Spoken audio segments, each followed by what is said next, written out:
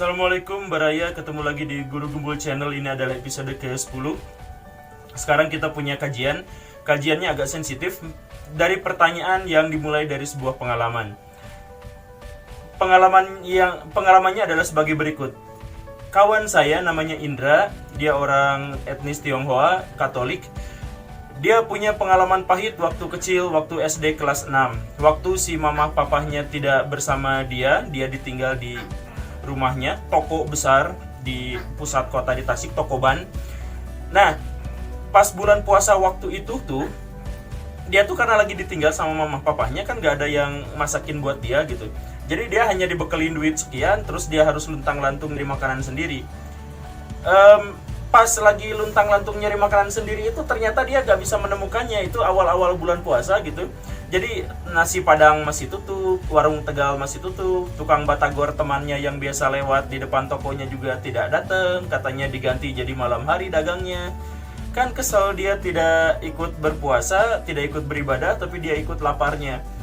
Jadi ya termangu sekitar 1 jam, dia pusing bingung ngapain, luntang-lantung, sampai akhirnya dia menemukan secercah makanan di seberang jalan. Ternyata di seberang itu ada tukang bakso Malang. Si Mang tukang bakso Malang itu juga terlihat senang pas ketemu sama dia. Mang, kak dia Mang. Oh, langsung nyebrang, itu menyeberang jalan. Ada mobil, ada motor, tak peduli, pokoknya nyebrang aja. Sampailah mereka di depan toko bannya si Indra itu, yang waktu itu masih kelas 6 SD ya. Nah, ketemu Mang, beli sekian. Oke, si Mang langsung dengan ngaladangan. Oke, sudah ngaladangan, sudah diterima mangkoknya, sudah dimakan. Tidak ada masalah sampai tiba-tiba gak lama sejak saat itu datanglah Pak Haji, yang dikenal juga sama si Indra, yang biasanya ramah, tapi pada waktu itu entah kenapa. Nah, si Pak Haji itu dari seberang jalannya juga itu lari-lari, setengah lari-lari. Sampai di depan tokonya itu langsung dilabrak itu tukang bakso Malangnya. Maneh teh ngerakun pribumi, ya kamu tuh mempermalukan orang pribumi, katanya, sambil marah-marah, sambil nendang si gerobak baksonya itu sampai hampir terguling.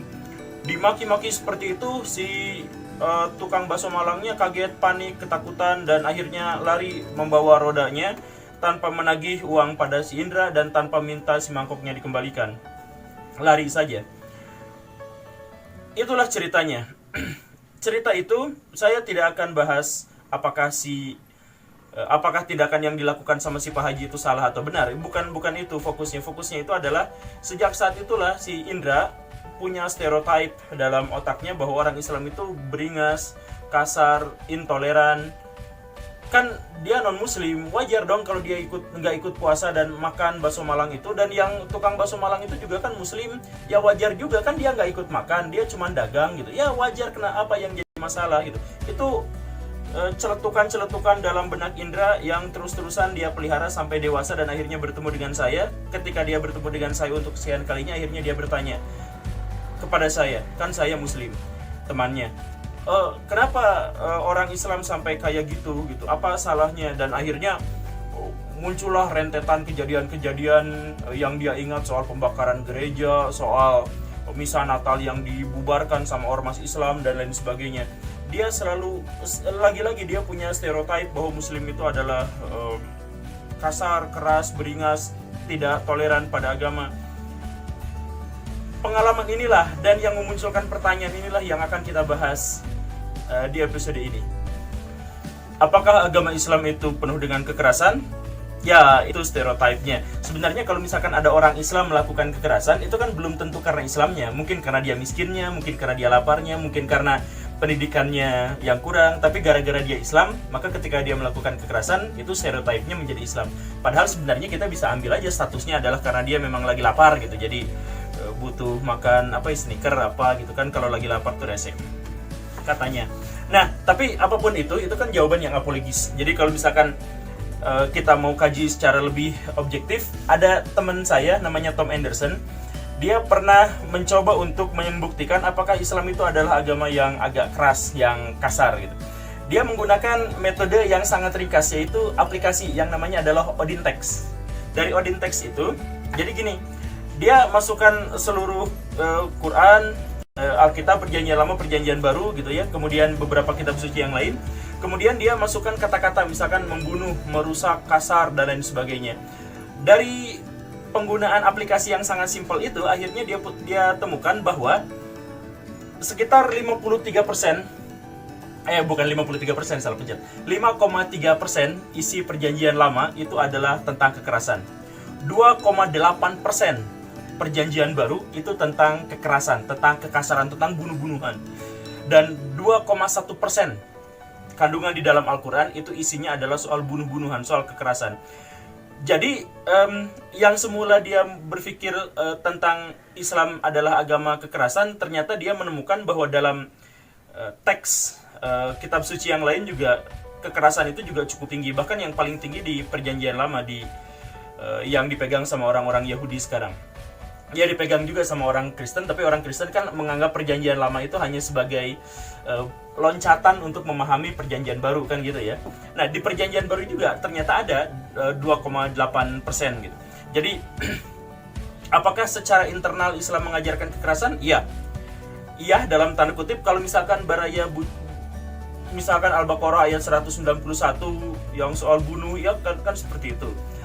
Tapi kan jangan lupa bahwa di Alkitab juga sebenarnya ada, bukan hanya Perjanjian Lama, Perjanjian Baru juga ada. Kalau misalkan Baraya lihat Matius 10 atau Lukas 19, di situ ada yang saya diturunkan untuk bikin kekerasan ya dan seterusnya.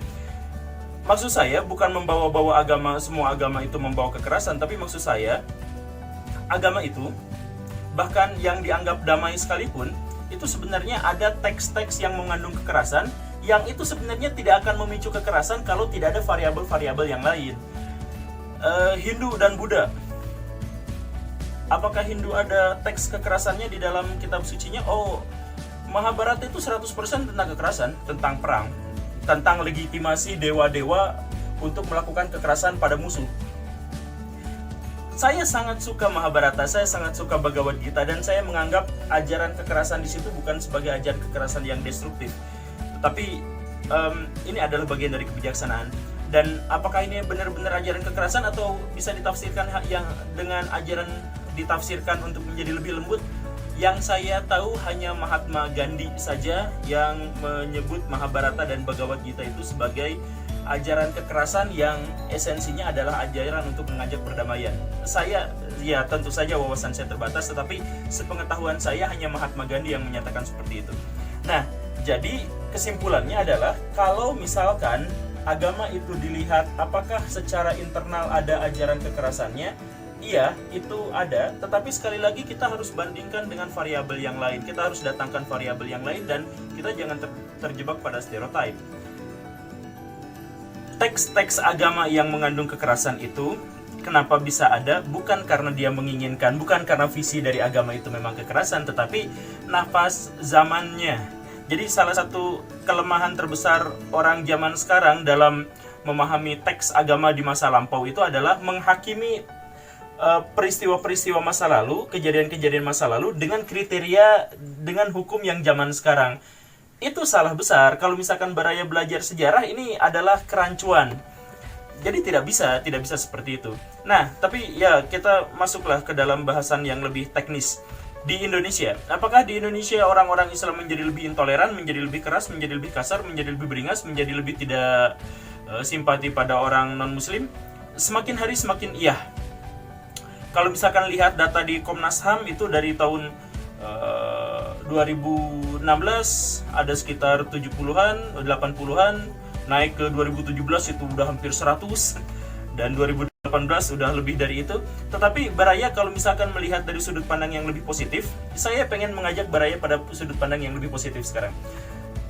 Di Komnas HAM pelaporan bahwa ada kekerasan atas nama agama yang mayoritas dilakukan oleh orang Islam itu kisarannya sekitar 100, gak sampai 150. Bandingkan dengan jumlah penduduk di Indonesia 264 juta sekarang. Sangat kecil. Indonesia adalah negara paling toleran di dunia dalam hal agama dan suku bangsa. Paling toleran di dunia dalam hal, yuk kita lihat sama-sama. Australia, Jerman, Amerika Serikat, bahkan negara-negara Timur Tengah adalah negara-negara yang sangat rajin datang ke Indonesia hanya untuk menyelidiki bagaimana toleransi keberagaman di Indonesia dibangun.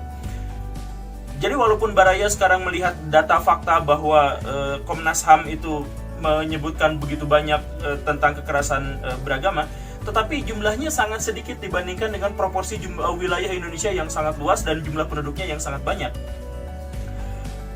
Di misalkan ginilah, di Prancis itu toleransinya sangat tinggi.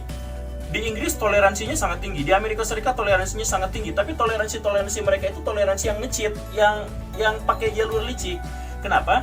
Karena orang Prancis untuk bisa membangun toleransi mereka harus menutup rapat-rapat agama di ruang publik. Jadi orang Kristen yang pakai salib di luar itu nggak boleh didenda. Perempuan yang pakai kerudung itu nggak boleh sekolah di sekolah negeri gitu. Jadi nggak boleh menunjukkan simbol-simbol agama dan mereka dipaksa malu dan dipaksa tidak sopan kalau misalkan bertanya soal agama dan dipaksa untuk tidak taat pada agama kecuali di dalam tempat ibadahnya. Nah, dengan cara seperti itulah toleransi dibangun di sana. Jadi toleransi yang dibangun itu toleransi yang palsu gitu. Kan yang dimaksud dengan toleransi versi saya itu adalah perilaku sikap kita untuk membiarkan orang lain melakukan apa yang dia mau, itu yang namanya toleransi. Jadi kalau misalkan toleransi di Indonesia itu toleransi atas dasar perbedaan, tapi di Prancis, di Norwegia itu karena semuanya disamaratakan, agamanya tidak boleh diperlihatkan. Nah, baru toleransi itu terbangun. Kan nggak rame. Toleransi di Indonesia itu jelas sangat canggih, sangat brilian. Karena apa? Karena toleransinya beneran.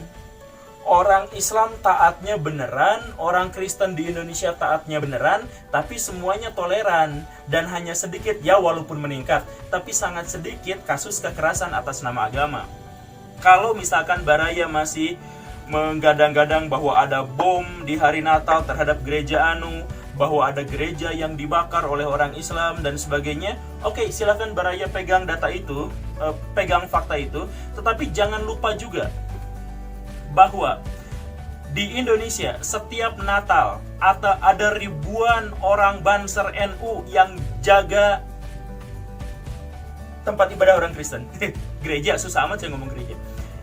Coba Baraya datang ke Papua, di sana kalau misalkan masjid dibangun itu orang Kristen yang pakai kalung-kalung salib ikut gotongin semennya.